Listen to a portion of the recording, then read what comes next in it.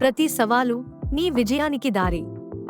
ఈ మాట నిజంగా నా జీవితాన్ని మార్చింది.